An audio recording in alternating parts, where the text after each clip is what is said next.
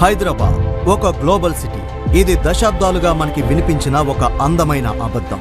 ఎందుకంటే కేవలం ఐటీ టవర్లు లేవడం గ్లోబల్ సిటీ కాదు, నగరం నలుగురికి నచ్చేలా మారడం గ్లోబల్ విజన్. మాటల వ్యాపారం ముగిసింది. ప్రజాప్రభుత్వం వచ్చిన మొదటి రోజే హైదరాబాద్ భవిష్యత్తుకు పునాది వేసింది. రేపటి ప్రపంచాన్ని శాసించే quantum computering centre of excellence ఇప్పుడు మన హైదరాబాద్ సొంతం.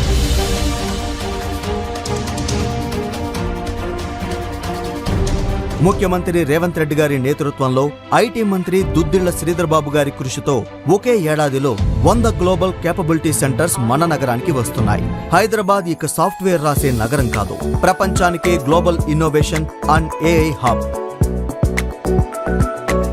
హైదరాబాద్ ఎకనామిక్ ఫోరం 2026తో గ్లోబల్ ఇన్వెస్టర్లకు సింగిల్ డెస్టినేషన్. ట్రాఫిక్ కష్టాలకు చెక్ పెడుతూ రాబోతున్న హైదరాబాద్ ఫస్ట్ టెన్నెల్ రోడ్ రేపటి మన హైటెక్ ప్రయాణానికి నాంది. కానీ ఒకవైపు మాత్రమే పెరిగితే అది నగరం కాదు. గుండెకాయ లాంటి మూసీని కొల్లబెట్టి గ్లోబల్ సిటీ అనగలమా? అందుకే ముఖ్యమంత్రి రేవంత్ రెడ్డి గారి అకుంఠిత దీక్షతో మూసీ పునరుజ్జీవనం నేడు సాకారం కాబోతోంది. 533 కోట్ల భారీ వ్యయం, 83.81 మిలియన్ క్యూబిక్ మీటర్ల నీటి వినియోగం. కేంద్రం మెడలు వంచి గాంధీ సరోవర్ ప్రాజెక్టుకు పక్కాగా అనుమతులు తెచ్చింది మన కాంగ్రెస్ ప్రభుత్వం.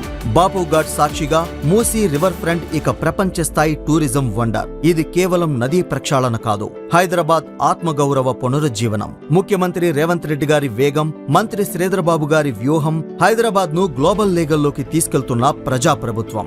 గ్లోబల్ సిటీ అనేది కాంగ్రెస్ పార్టీకి ఎన్నికల నినాదం కాదు, రేపటి తరం భవిష్యత్తును మార్చే విధానం.